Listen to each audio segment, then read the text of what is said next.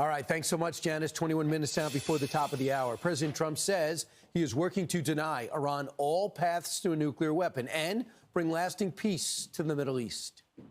In the Middle East, I've restored my policy of maximum pressure on Iran designed to bring peace.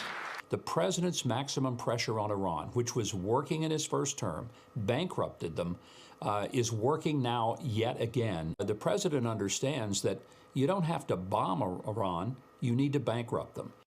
Wow, our next guest has been advocating for an Iran free from Islamic rule all his life and has a message for President Trump on what to do next. The exiled Crown Prince of Iran, Reza Pahlavi, joins us now. Prince, great to talk to you. Your thoughts about Iran's condition and the president's goals. In order to achieve a viable scenario for lasting peace, you have to make sure that you are allied with the right partners, as opposed to have to deal for those who stand against peace. Only peacemakers can bring peace. Warmongers will never do. The problem you have with the regime in its nature, that it has always been hostile. It has been aggressive to all the values that the Western world represents. In fact, it wants to export an ideology at the expense of its own people, using proxies like Hamas or Hezbollah, allying with an axis of resistance with Syria against, again, that momentum. And if President Trump, and that's the message I have sent in different ways to, especially today in the new administration, would like to achieve that, I think he needs to recognize the fact that in order to build on that policy, it's not just a matter of weakening a regime, which of course is important, but it's not necessarily a solution. This regime will never commit to peace. However, a secular democratic Iran with a government that represents the aspiration of its people, who have no qualms or arguments or antagonism towards the Jewish state, the Israelis, the Arabs, or anything like that, that's what can forge lasting peace that will lead to a completely different outlook and scenario than the one we are facing right now with the presence of the regime in Tehran. Roughly, how many people are you in touch with inside Iran right now? Well, fortunately, the advent of social media had made it even more possible for us to have a much greater reach in terms of reaching our compatriots. And the dialogue is back and forth. And of course, I think people like Elon Musk was very helpful in bringing in Starlink so that Iranians are not disconnected from the rest of the world and would have access to internet to get first and foremost information. And what I'm getting at, communicate among themselves. Right. What I'm getting at is you told me in the break that this is the most weakened state of the regime in 40 years. And you're not just hoping, you believe you have facts to back that up. How would we know this?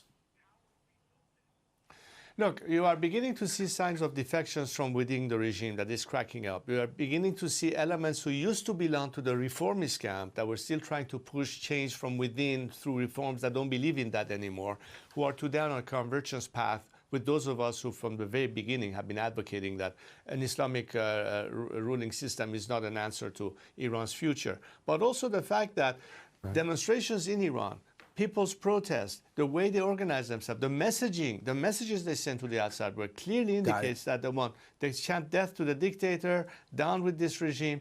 The nation is ready, the regime is weak. The element that we need, however, is much more support, not just outside pressure, which is important, but it will not ultimately lead to a regime collapse, coupled with maximum support. Then you will see maximum defection will facilitate the transition. That's what we need to work together on in order to make Iran great again, as Mr. President Trump wants to make America great again. We're just separated by one letter. We say MIGA, he says MAGA. That's our goal. I understood. Right. And if you just take out a map, Hamas diminished, Hezbollah almost destroyed, Assad in Russia, they lost 3 major allies.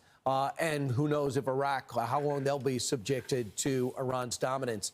The other big story is we're watching the slow release of Israeli hostages and some American hostages. Yesterday was different. We got 4 caskets. One of the bodies was not even the young mom they told us it was, Shiri Bibas, and the 2 children dead, not from bombs from Israel, but according to Mike Waltz last night, they were killed by Hamas.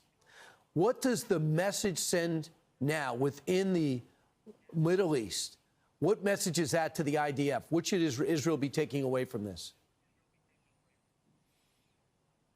Well, if you want to go to the root cause, in other words, rather than focus on the tree, if we were beginning to see the forest, we will see that the ultimate reason for all these tragedies, human losses. And my heart goes out to both sides, Palestinians, Israelis, that should not have been caught in this kind of conflict to begin with, had it not been as a result of a regime in Tehran that has been all the time moving all these tentacles across the world. We've been for 40 years dispatching fire trucks to put out these fires, but never have we gone after the arsonist. The eye of the octopus has been in Tehran, and I've been saying it from day one. The world needs to catch up with the reality that to put an end to all of these threats, whether it is funding proxy groups, with Houthis in Yemen, of course Hezbollah and Hamas, the regime's funding of terrorist organizations, the regime's flowing money through their so-called, religious centers to fund movements that are, promoting anti-Semitism, all the way to American universities. As a result of October 7, we saw that. None of this will ultimately resolve the problem if we are just stuck on the issue of how do we recover hostages and how do we recover this and that. We have to look beyond that. And I'm sure Bibi Netanyahu knows that better than anyone, and they've never been more vulnerable. The missile defense has been destroyed, and their Hezbollah, Hamas bodyguards have been diminished. Thanks so much, Prince. Great to talk to you. Hopefully one day you'll be back in your country. All right. Well, I cannot wait soon enough to help my compatriots free themselves. Thank you for the opportunity, guys. You got it.